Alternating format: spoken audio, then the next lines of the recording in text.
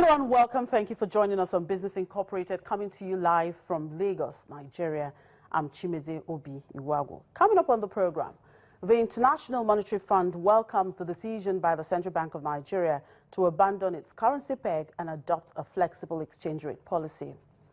And the Central Bank of Nigeria optimistic the naira will settle at around 250 to the US dollar after an initial period of weakness. Plus, Tanzanian stock exchange's IPO offer oversubscribed nearly 5 times.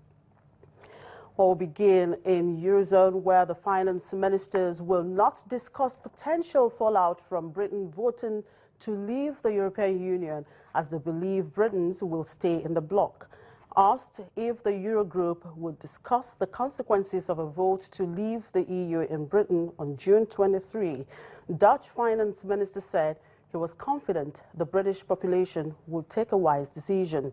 Eurozone finance ministers see no reason to change fiscal or financial stability policies in the single currency bloc before a British referendum on whether to leave the European Union. We are concerned. We're following it closely and considering possible scenarios. But I've been asked before, is there a plan B? No, there is no plan B. Do we need to change our policy in the fields of financial stability or fiscal policy, etc.? No. I think that we have a strong setup, and we are in a much better situation than we were some years ago, also in terms of shock absorption capacity to deal with any shocks that might occur. So I don't think there's any reason to now change policies, not in the fiscal field, not in financial stability field, as far as I'm concerned. But having said that, we will follow it very closely and hope and trust on the wisdom of the British people, as we always do. Global markets now in Asia. Japan's stock market rose 1% on Friday, recovering some of the hefty recorded losses in the previous session. The benchmark Nikkei 225 index closed up 165.52 points as a slightly weaker yen gave a boost to exporters' shares. Elsewhere in Asia, that's in Australia for instance, the S&P ASX 200 index finished Friday's session up 0.3% below the 5,312 level it needed to avoid a third straight week of losses.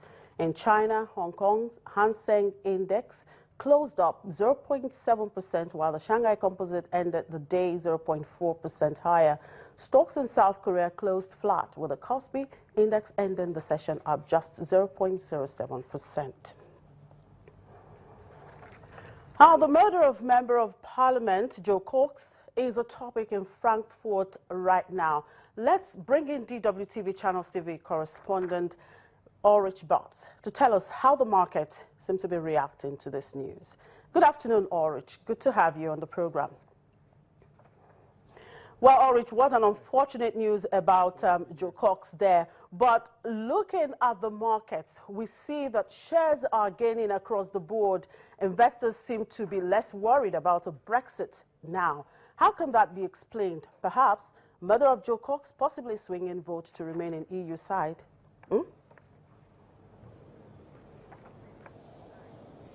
Yes, that's right. That's exactly the answer that people are giving here.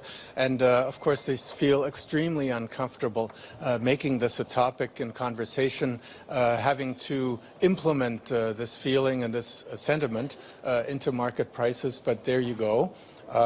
Because Jo Cox was a proponent of the Remain side, that is, Britain staying in the EU and then being killed in this tragic and terrible way, people feel that there's going to be more sympathy for remaining in the EU and Britain.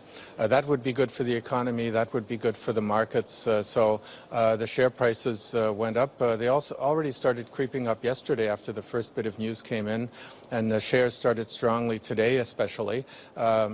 The mood is come back just a little bit now, but most shares are still hanging on to their gains. It's a grim chapter, but this is the way the stock market sometimes operates, unfortunately. It's a very direct transmission of political or social trends into the economic sphere. Some traders I talked to today also point to other factors, though. Today is triple witching. That's also needs to be explained.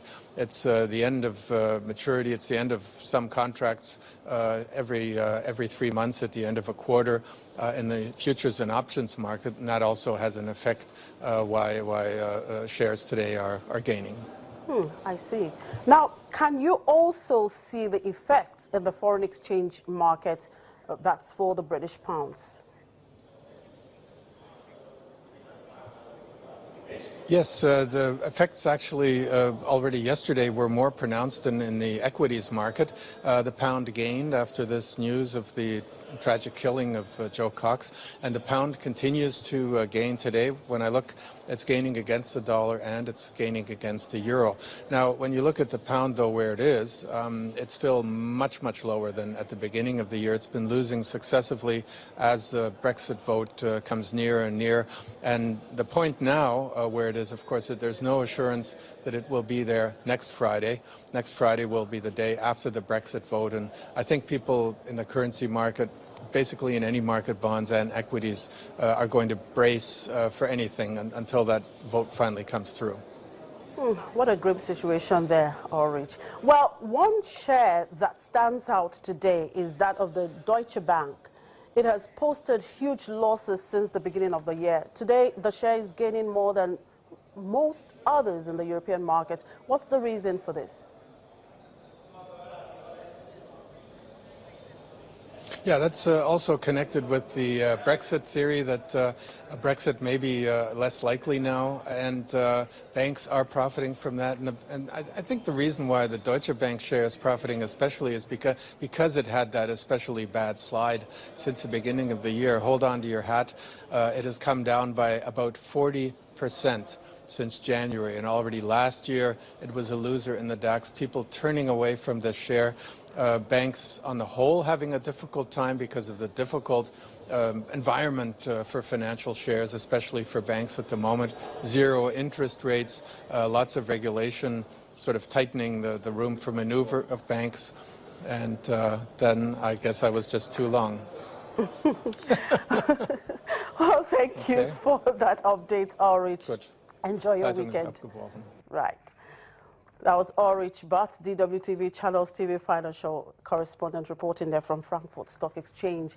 Well, Britain's membership of the European Union is either a must-have to expand trade or a nightmare of a red tape which hampers growth. That's according to British business owners who are deeply divided on whether the country should stay in the EU or leave in the upcoming referendum on June 23.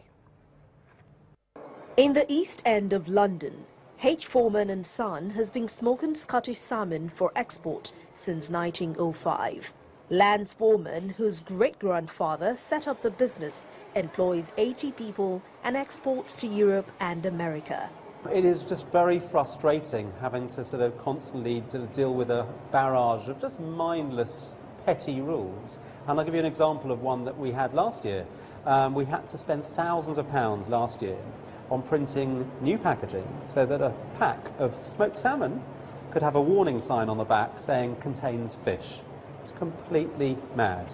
I actually think that the EU should have a huge warning sign on the top of it saying contains nuts. Foreman believes the euro single currency and efforts at ever closer union are destroying the continent and that Britain should have no part of it. But for other British businesses, access to the single market is key to growth, and there are serious concerns over the impact Brexit will have on their companies. Hogan's Cider in Warwickshire in the west of England exports barrels and bottles of cider globally. I shall be voting for us to remain in the EU. I think it's crucial that we do, certainly from our perspective as a small business selling into Europe, particularly selling alcohol, and some of the sensitivities of that across some of the states. It's important that we remain as a part of the EU so we can address that 500 million market and our products have to travel across at least 5 boundaries to get to Russia. At the moment, it's one document, and we're able to pass through every border until we hit Russia with no problems at all. Now, I can't imagine that if we were to leave, that those 5 states would say, well, carry on, Hogans, you carry on shipping your cider to Russia and using our borders, no problem. It's not feasible. This snapshots of divisions amongst the business community is reflected in the British public as a whole. Polls for many months showed the leave and remain camps as more or less neck and neck. In the past few days, the leave campaign has notched ahead.